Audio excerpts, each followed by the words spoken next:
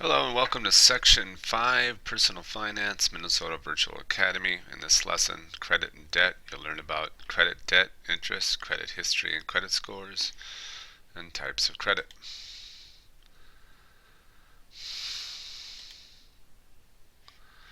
Credit and debt. You can use cash, a check, or a debit card to buy a product and pay for it in full right away. Credit is a commitment to pay for something in the future. Debt is money you owe to a person or organization. When you use credit, you're creating debt. A debtor is a borrower who owes money to another organization. A creditor is a lender who is owed the money. An example, if you borrow money from a friend, you are the debtor and your friend is a creditor. Credit is used by individual businesses, governments, and other organizations. Consumer credit is credit that is used by individual consumers. Using credit to pay for things is also called financing those purchases. Credit is useful for large purchases that you are not able to pay all at once, but that you can afford to pay off slowly over time. It may take a long time to save up enough money to pay for a car or a house all at once, but you may be able to afford monthly payments. So when you use credit, you're creating investments, purchases, savings, or debt. If you said debt, that's correct. Credit usually comes with an interest rate, which means that you have to pay back the money you borrowed plus interest. The principal is the amount you owe a creditor.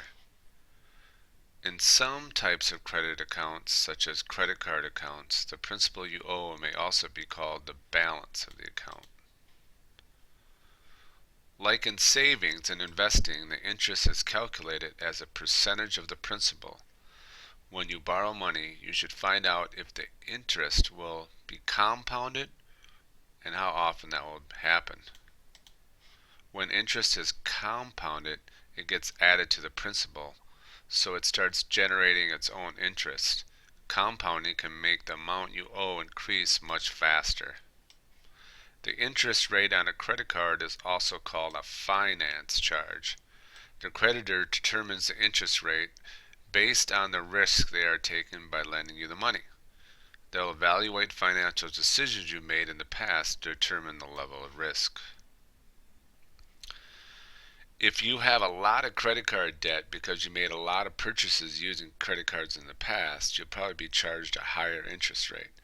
This is because the lender can't be sure you'll pay back the money you borrowed right away. So who benefits from a low interest rate? The investor, the lender, the borrower, or the credit card company? If you said the borrower, you're correct. The borrower can get a lower interest rate and thus pay less back or have to pay less back on their debt. Your credit history is your history of using credit and making payments. A good credit history makes it more likely that lenders will trust you. If you don't make payments on time, this will be recorded in your credit history. And a bad credit history means the lender will charge you higher interest rate or may refuse to lend you the money. Defaulting is when a borrower fails to pay what is owed. If you default, lenders are less likely to trust you in the future. When you use credit, that information gets reported to a credit bureau. A credit bureau is an organization that keeps credit history records. Your credit score or credit rating is the number that tells lenders how likely you will be able to make payments on time. There are 3 U.S. credit bureaus: Experian, TransUnion, and Equifax. They calculate scores using the Fair Isaac Corporation method, which calculates scores based on your credit history and other information about you, such as how much debt you have. Scores between 600 and 700 are considered normal. A score of less than 600 is not very good, and a score above 700 is very good.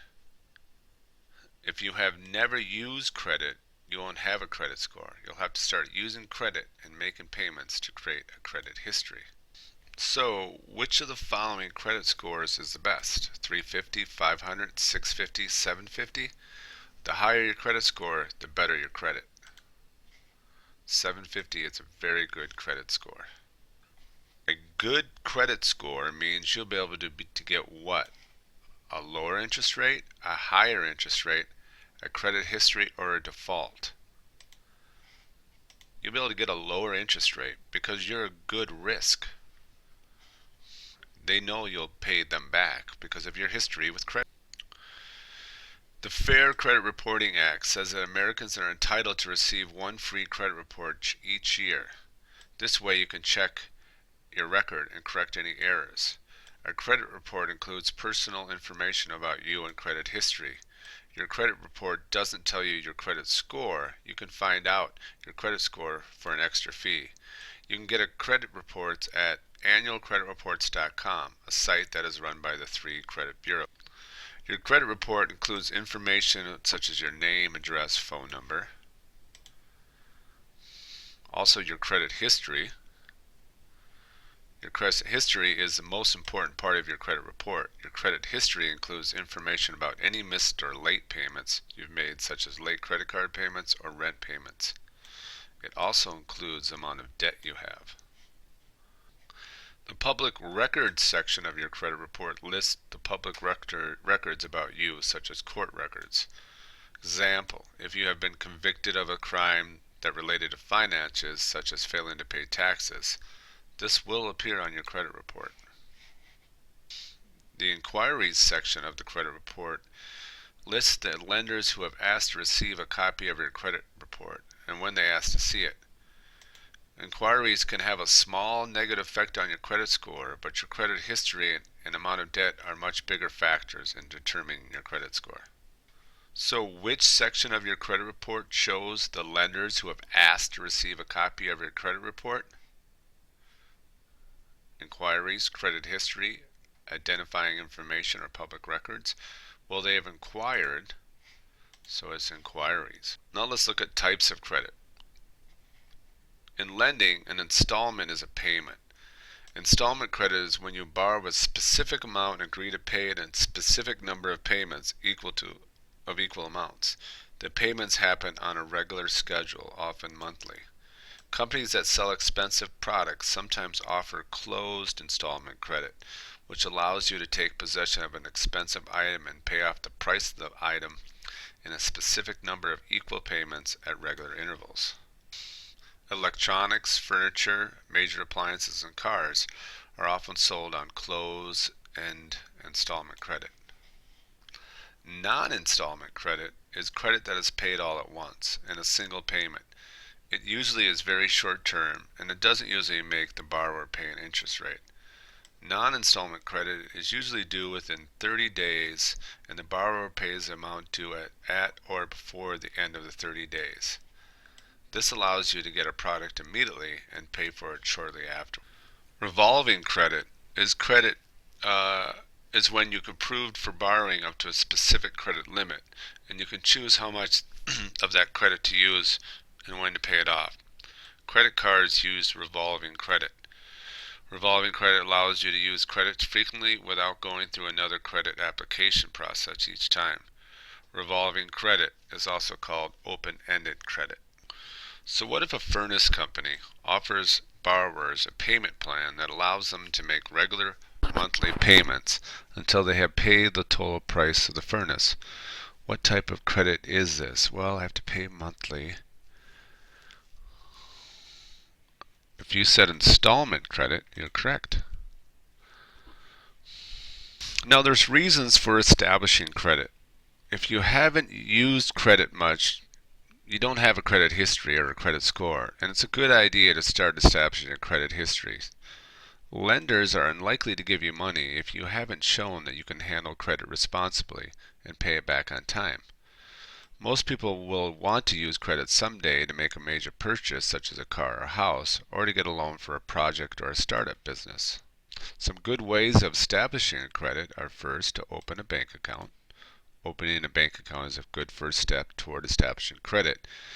You may be able to open a bank account even if you're less than 18 years old. Another way is to get a credit card. A credit card is a card that looks similar to a debit card, but it's connected to a credit account. Credit cards are a form of electronic funds transfer because a lender transfers the money electronically to let you pay for things. You then have to pay the lender back. The last thing to do to establish good credit is use credit wisely. After you get a credit card, use it regularly for purchases that you will be able to pay off right away, and pay off the balance due in full each month. You do not need to have money owed on your credit card in order to improve your credit score. You just need to use the card to show that it's active. So which of these tips will help you use credit wisely? Select the best answer. Pay just the minimum payment on a credit card each month. Use all of your total available credit. Pay off credit card balances in full each month, or avoid using credit? Well, if I avoid it, I won't have a credit history. If I use all my available credit, I might not be able to pay it back. Well, you should pay off credit card balances in full each month. There are some alternative options to establishing good credit or a credit history. Department store or gas cards.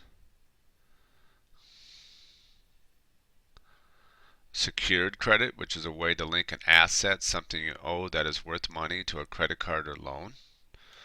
There are some untrusty lenders offering secured credit, so make sure your lender you trust.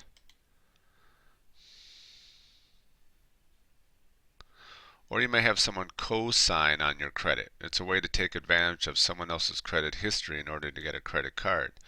The primary borrower is the main person who used the credit card and is responsible for paying it back.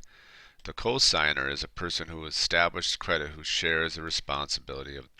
To make sure a department store card will help your credit history, you should do what you should do.